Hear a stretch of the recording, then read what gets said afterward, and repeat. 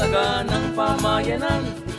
Agrikultura ang kabalikat ng bayan para sa ating kabuhayan. Agri sa agrikultura, may kinabukasan kay ganda. Agri sa agrikultura, maunlad na buhay. Sumunod sa kape, ang tsokolate na marahil ang pinakapopular na inumin at pagkain para sa mga Pilipino. Tila nga walang makakatanggi sa chocolate bar, chocolate ice cream o chocolate cake. Mula po dito sa Alfonso, Cavite, aalamin natin ang kasalukuyang katayuan ng industriya ng tsokolate at ang punong pinagmumulan nito, ang kakao.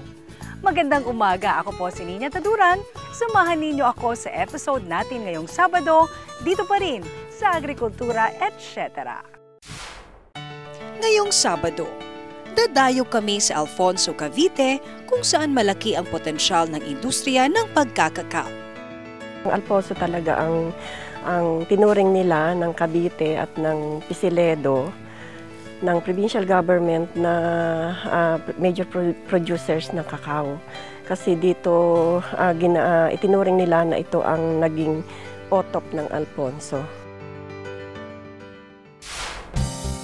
Bibisitahin namin ang pinakasikat na gumagawa ng kakao tableya sa Alfonso. Ang Alfonso Tableya Producers Cooperative ay nabuo noong 2004. So ang Alfonso, kung popular sa paggagawa ng tableya, yun ang naisip naming ipangalan o dalhin na utop ng aming bayan. Sa pagtutulungan po at sa ilalim din po ng Department of Agriculture, sa pamumuno ni Mrs. Ernie, kami po ay nagtulong-tulong na mag-scout kung saan po merong market ang tableya. Dahil ito po naman ay matagal ng panahon na kilalang-kilalang Alfonso sa produktong ito. Muli naming makakadaupang palad ang isang doktorang magsasaka sa Northern Samar. Sa ngatanan nga natehanong pabaskuguntan aton agrikultura, gamit kit masinag fertilizer. At hahatiran namin kayo ng pinakasariwang balita mula sa larangan ng agrikultura. Lahat ng yan sa susunod na 30 sandali.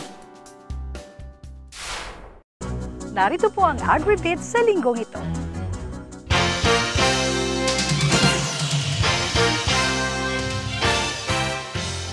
Mga produktong poultry mula sa China banned ng DA.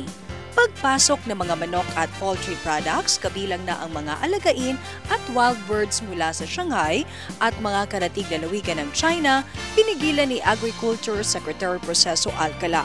Ito ay matapos kumpirmahin ng Chinese Ministry of Health ang outbreak ng avian influenza sa mga nabanggit na lugar.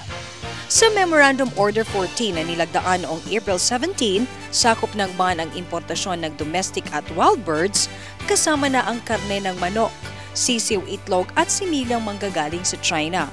Sakop rin ang kautusan ng mga biyahero, may Filipino passport man o wala, na nagpapasok ng mga ipinagbabawal na hayop sa bansa.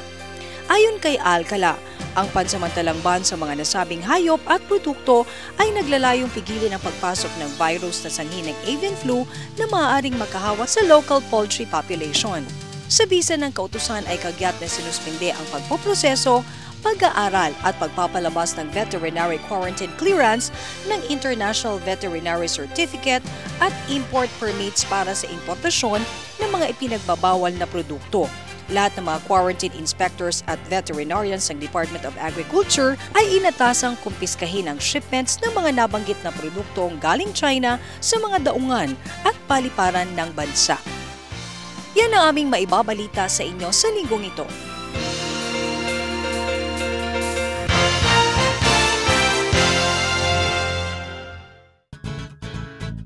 Agrikultura ang susi sa kaunlaran.